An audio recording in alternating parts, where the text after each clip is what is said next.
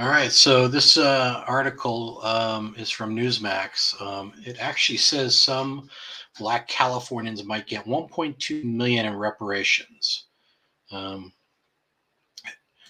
so the San Francisco Chronicle reported that an eligible Black resident who lived a lifetime in California and is 71 or older could, in theory, receive as much as 1.2 million in reparations for slavery. Okay, well, I already see a problem with that. Number one, even if they're 71, they were never slaves. Slavery ended over 150 years ago. Here's a problem with that. I also see the fact that it says California, and there was never slavery in California.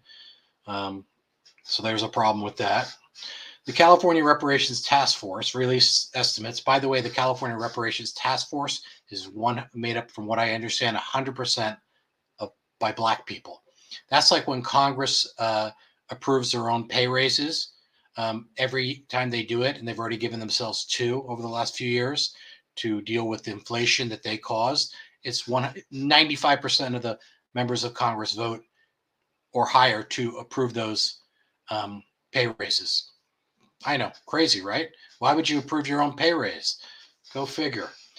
Anyway, the California Reparations Task Force released estimates as well as breakdowns of the methodology used to determine the amounts on Monday before critical vote this week. If approved, the task force would urge the money begin to be dispersed in the form of down payments, according to Cal Matters. Now, Cal Matters, from what I understand, handles a lot of the pensions and payments to pensioners of the state as well. And by the way, they're broke. Um, they have tons and tons of unfunded liabilities that taxpayers continue to have to fork up and pay for, just so that they, if one of these days Cal Matters will not be able to even pay the current massive rising pensions of all the state um, and city employees throughout California.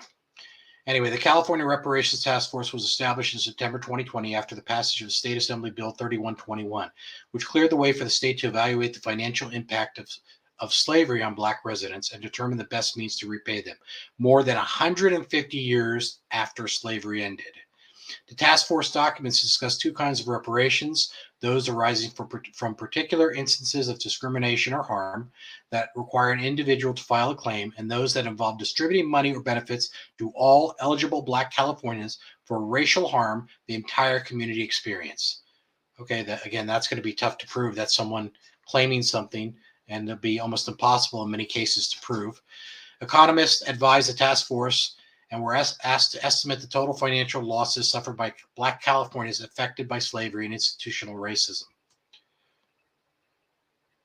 A new state agency would need to be established to distribute funds and determine eligibility. So, again, that's going to be another massive cost.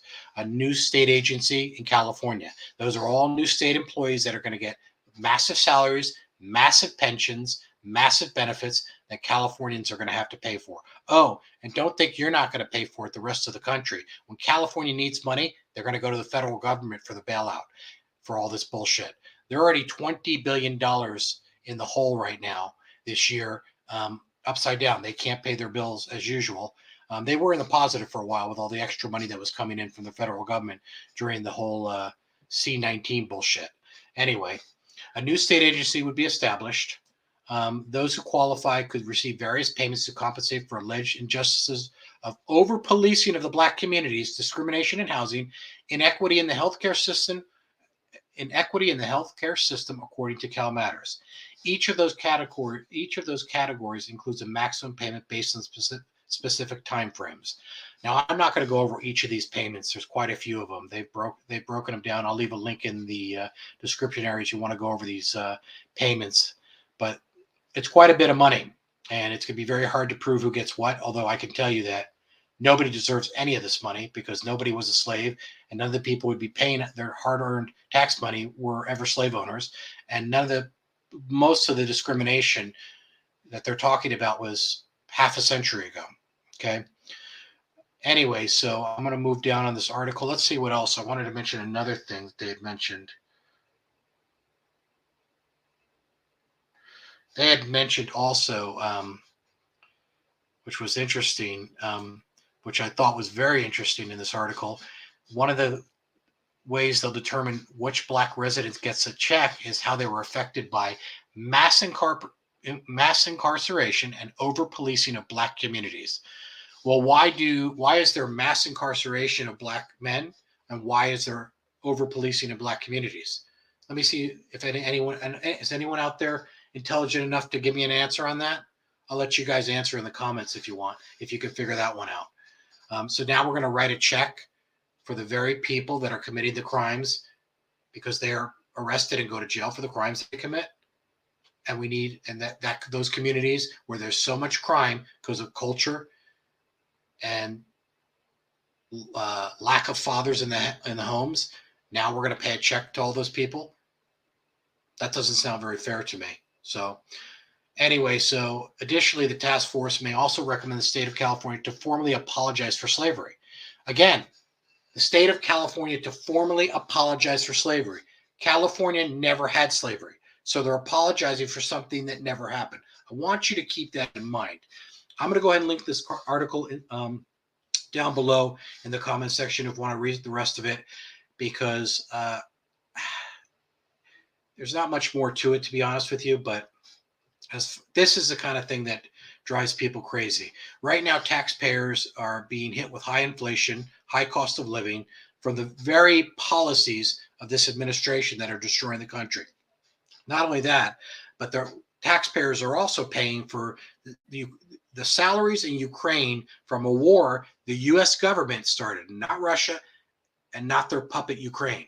This was done by the U.S. government. And with the money laundering, they're stealing billions of tax dollars. That's why they don't want any accountability where the money's going in Ukraine. Not only that, you're paying billions of dollars for all these illegals. Plus, you're paying billions of dollars for all the welfare and food stamps. I want you to keep that in mind. So this is going to continue till Americans say, we've had enough. They stand up and said, we're done with this bullshit. So anyway, that's the article. Hopefully you guys take a look at it and see, so you're aware of it, because this stuff has to stop in this country. This is just bullshit. Anyway, if you get a chance, like and subscribe. Thank you.